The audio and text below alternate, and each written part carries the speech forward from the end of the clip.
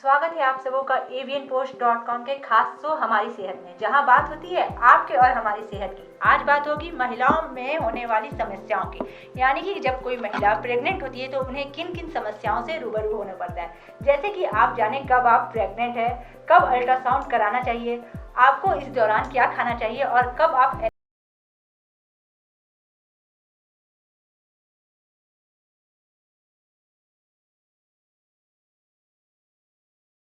इन सारे सवालों का जवाब ढूंढने के लिए हम आप पहुंचे हैं झारखंड की जानी मानी गायनेकोलॉजिस्ट अनुभव विद्यार्थी के पास।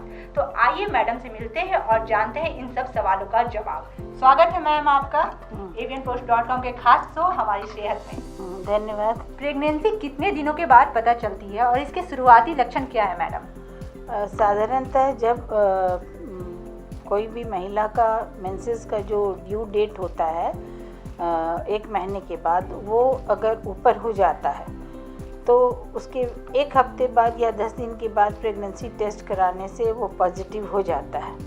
लेकिन उन महिलाओं में जिनमें मेंसेस का साइकिल डिलेड होता है, जैसे 35 दिन 40 दिन या उससे भी ज़्यादा, उन लोगों में और डिले से ये प्रेगनेंसी टेस्ट पॉजिटिव होता है। और कुछ महिलाओं में मेंसेस का जो डेट होता है वो पार नहीं होने के पहले भी कभी कभी लेडीज़ को सिम्टम्स कुछ होता है, नौशिया होता है या गैस्ट्रिक अपसेट होता है, तो उस हालत में मेंसेस ओवरड्यू नहीं होने के पहले भी प्रेगनेंसी टेस्ट पॉजिटिव हो जाता है। ये प्रेगनेंसी के शुरुआती लक्षण है। इस तरह से प्रेगनेंसी टेस्ट पॉजिटिव होता है, लेकिन इनके शुरुआती लक्षण है कि लेडीज़ को नौशिया होगा, वॉमिटिंग होगा, खाने पीने में परेशानी होगी, भूख नहीं लगेगी, कॉन्स्टिपेशन होता है, ब्रेस्ट में टेंडरनेस होता है, लेथार्जी लगता है। ये सब कॉमन सिम्टम्स होते हैं ज़्यादातर महिलाओं को।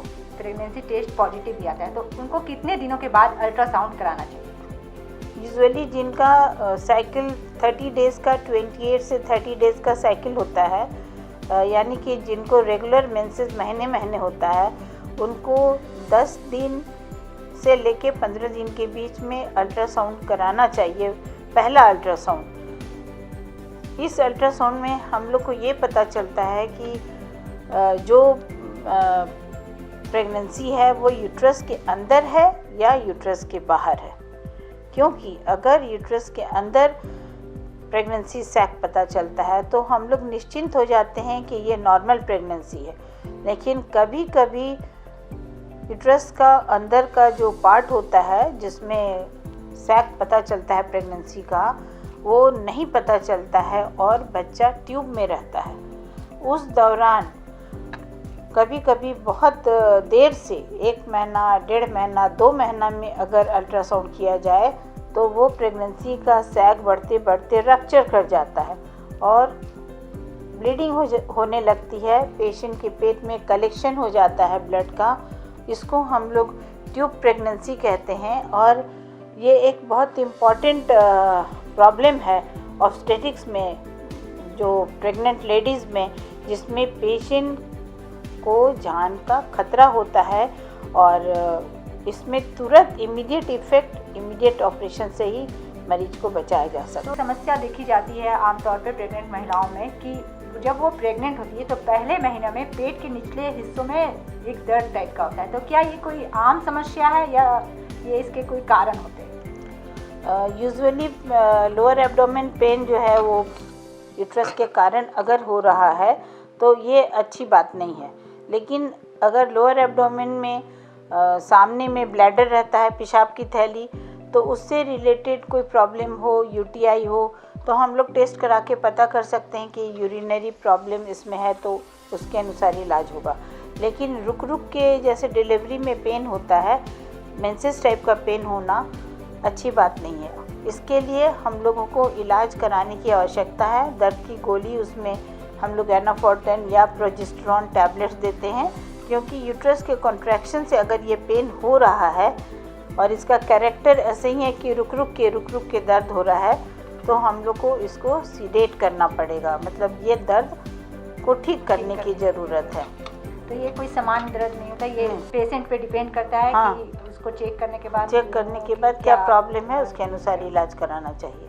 आजकल मैडम देखने को मिलता है कि ऑपरेशन के केसेस बहुत ज़्यादा बढ़ गए, नॉर्मल डिलीवरी महिलाओं को होती ही नहीं है, तो इसके क्या कारण होते हैं और कैसे एक महिला नॉर्मल डिलीवरी करा सकती है? ठीक है, आजकल नॉर्मल डिलीवरी के कारण बहुत इम्पोर्टेंट कारण एक ये है कि आजकल मैरिज का लेट मैरिज हो गया।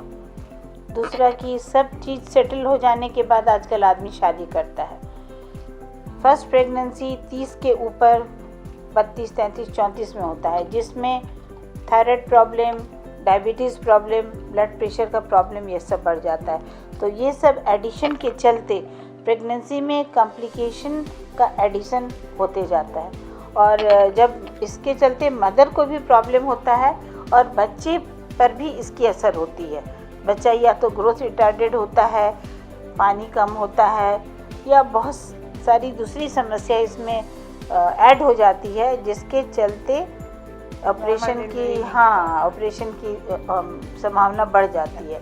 लेकिन ऐसा नहीं है, सब कुछ ठीक रहने पर कि पानी ठीक हो, बच्चा का ग्रोथ ठीक हो, नॉर्मल डिलीवरी नहीं होता है। नॉर्मल डिलीवरी होता है तैयार मतलब कुछ करना चाहिए नॉर्मल डिलीवरी के लिए। नॉर्मल डिलीवरी की है कि रेगुलर थोड़ा एक्सरसाइज करना चाहिए, वॉकिंग करना चाहिए, अपने ज़्यादा रेस्ट में नहीं रहना चाहिए। मैंने वैसा कोई रेस्ट का इंडिकेशन है तो रेस्ट लेंगी, अदरवाइज ऐसे घर का साधारण काम धंधा करना और घूमना फिरना, सभी जॉइंट्स को मोबिलाइज करना, ये सब करने से नॉर्मल डिलीवरी ज़्यादा होगा।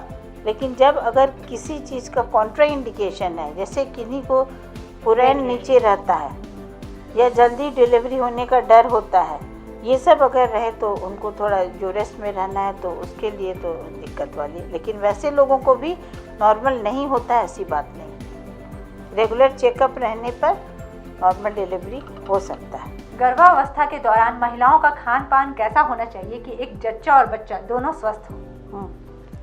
गर्भावस्था के दौरान जो भी प्रेग्नेंट लेडी हैं उनको फ्रेश फ्रूट्स एंड वेजिटेबल्स, जो भी हरी साग सब्जी होती है, उसका सेवन करना चाहिए। कुछ ड्राई फ्रूट्स खाना चाहिए, बादाम, अखरोट, और प्रोटीन डाइट भी लेना चाहिए, जैसे अंडा हुआ या मांस मछली हुआ, लेकिन तेल मसाले की चीज़ नहीं लेना चाहिए। छेना लेना चाहिए, दूध लेना चाहिए, और ये सब खाना से बच्चे का भी ग्रोथ बढ़िया रहेगा और माँ भी सही रहेगी। प्रेगनेंसी के दौरान क्या क्या एक प्रेग्नेंट महिलाओं को सावधानियां रखनी चाहिए कि वो स्वस्थ रहे और हेल्दी रहे? प्रेगनेंसी के दौरान जो भी प्रेग्नेंट लेडी होती हैं उनको भारी चीज़ नहीं उठाना चाहिए, क्योंकि भारी चीज़ उठाने से नीचे पेट में प्रेशर होगा तो समय से पहले डिलीवरी होने का डर या फिर पानी की थैली टूटने का डर होता है। झाड़ू करना, पोछा करना, इस टाइप का जो भी काम होता है जिससे पेट पे प्रेशर लगे, वो काम उनको नहीं करना चाहिए। साधारण काम जिसमें ज़्यादा ताकत नहीं लगे या इस टाइप का जिसमें पेट में जोर लगे, वो करने में कोई दिक्कत नहीं है, वो सब काम कर सकती है। प्रेगनेंसी के दौरान महिलाओं में एक समस्या देखी जाती है कि महिलाएं को खून की कमी हो जाती है, एनीमिया हो जाता है, हीमोग्लोबिन की कमी हो जाती है, तो इसके क्या कारण हो सकते हैं और क्यों ऐसे इससे बचा जा सकता है? हम लोग के देश में जैसे कि हम लोग अपने यहाँ पेशेंट्स को देखते हैं, रिम्स में नियरली 70% ऑफ द लेडीज़ जो रहती हैं वो एनीमिक रहती हैं। तो ये जो है, इसको करेक्ट करने के लिए प्रेगनेंसी के पहले ही, जब वो अनमैरिड हैं, जब वो स्कूल में हैं, वो सभी लड़कियों का स्क्रीनिंग होना चाहिए। हमारे यहाँ झारखंड में थैलेसीमिया और सिकल सेल एनीमिया का बहुत ज़्यादा प्रचलन है, माने ये बहुत ज़्यादा देखा जाता है। खून की कमी से रिलेटेड ये एक इम्पॉर्टेंट कारण है जिनमें खून की कमी होती है। एक ये कारण हुआ। दूसरा, वर्म इन्फेस्टेशन होता है, मतलब पेट में कीड़ा के चलते भी खून की कमी होती है। दूसरा कि तीसरा कि वो खाली पैर बहुत लोग चलती हैं, जिससे पैर के वेब्स में हुक वर्म घुसता है और उसके चलते भी खून की कमी होती है। तो ये सब कारणों में बहुत सारा चीज़ को हम लोग रोक सकते हैं प्रेगनेंसी के दौरान में कि अगर प्रेगनेंसी होने के पहले हम लेडीज़ का स्क्रीनिंग करें और पहले ही हमको ये पता चल गया कि हाँ इनको सिकल सेल है या थैलेसीमिया है या हीमोग्लोबिन कम है, तो कितना हीमोग्लोबिन कम है वो करेक्ट होने के बाद अगर ये लेडी प्रेग्नेंट रहें तो प्रेगनेंसी में एनीमिया का प्रचलन बहुत कम होगा और हम लोग बहुत कम लेडीज़ को प्रेगनेंसी विथ एनीमिया देखेंगे। और ऐसा होने पर महिला के लिए भी बहुत अच्छा होगा और बच्चे का ग्रोथ भी होगा और बच्चे के लिए भी अच्छा होगा। मैम, आप रिम्स में एचओडी है गाइनो की, तो किस तरह की आपको दिक्कतें देखने को मिलती है एक पेशेंट में? क्या क्या प्रेगनेंसी के दौरान दिक्कतें आती हैं जिनसे एक जच्चा और बच्चा की जान चली जाती है, या कभी कभी उन्हें एकदम बहुत ज़्यादा खतरनाक चीज़ों से गुजरना होता है तब वो मतलब सर्वाइव कर पाती है? वो दिक्कतें कौन सी होती है? रिम्स में हम लोगों के यहाँ एक तो एनीमिया इम्पॉर्टेंट कारण है मैटरनल एंड बच्चे के डेथ का। दूसरा इम्पॉर्टेंट कारण है एक्लैम्पशिया, जो कि कन्वल्शंस होता है प्रेगनेंसी में, और प्री एक्लैम्पशिया। इसके पहले का स्टेज जो होता है वो प्री एक्लैम्पशिया होता है, जिसमें कि पूरा बदन सूज जाता है और ब्लड प्रेशर बढ़ता है और यूरिन में प्रोटीन होता है। तो इस स्टेटस को अगर ठीक किया जाए, ब्लड प्रेशर देखा जाए, यूरिन एल्ब्यूमिन देखा जाए, तो हम लोग एक्लैम्पशिया जो कि प्राण घातक होता है मदर और बच्चे दोनों के लिए, इसको हम लोग रोक सकते हैं। तो ये एक बहुत इम्पॉर्टेंट कारण है मैटरनल एंड फीटल डेथ का। और जो pregnant ladies blood pressure high रहने के कारण भी बहुत सारी लेडीज़ को दिक्कत होती है प्रेगनेंसी में। ब्लड प्रेशर कंट्रोल नहीं रहने के कारण उनका ब्लड प्रेशर का दवा और ये सब जो नहीं पड़ता है या वो लोग ठीक से चेक नहीं कराती हैं, तो ये सारा तीनों एक दूसरे से रिलेटेड है। High blood pressure, pre eclampsia and eclampsia, जिनको हम लोग अच्छी तरह से कम कर सकते हैं, पूरी तरह से रोक सकते हैं, लेकिन इसके लिए रेगुलर चेकअप की आवश्यकता है। सामान्य मिथ देखा जाता है कि जो प्रेग्नेंट महिलाएं होती हैं उन्हें कच्चा पपीता और अनानास खाने को मना किया जाता है। कहा जाता है उससे उनका एबॉर्शन हो सकता है। तो क्या इस बातों में सच्चाई है? इसका कोई डॉक्यूमेंट तो नहीं है, लेकिन ऐसा कहा जाता है कि पक्का पपीता खाने से परेशानी नहीं है, लेकिन कच्चा पपीता और अनानास में प्रोस्टाग्लैंडिन्स ये खाने से प्रोस्टाग्लैंडिन जो कि यूट्रस को कॉन्ट्रैक्ट करता है वो लिबरेट होता है और वो अबॉर्टिफिशिएंट मतलब एबॉर्शन के लिए सहायक होता है। इसलिए हम लोग अनानास मना और कच्चा पपीता खाने मना करते हैं। गर्भावस्था के दौरान शुरुआती दौर में देखा जाता है कि महिलाओं को पेट में खुजली काफ़ी होती है, तो वो अपने पेट को खुजला के पूरा स्ट्रेच मार्क्स कर लेती हैं। तो उससे कैसे बचा जा सकता है? एक सिंपल तरीका है कि सिंपल नारियल तेल कपूर लगाने से भी वो स्ट्रेचिंग में जो खुजली होती है वो नहीं होगी, और ऐसे एलोवेरा क्रीम लगाने से भी स्ट्रेच मार्क्स कम होता है। और यूजुअली 4 महीने के बाद जब पेट का इलाजमेंट हो जाता है, पूरा स्ट्रेचिंग होने लगता है, इसलिए उसके बाद इसको इस्तेमाल करना चाहिए। आज हमने बात की रिम्स की एचओडी अनुभव विद्यार्थी जी से, जिन्होंने एक प्रेग्नेंट महिला के बारे में बहुत सारी बातें बताई कि उन्हें क्या खाना चाहिए, किन किन चीज़ों पर ध्यान देना चाहिए और कैसे रहना चाहिए।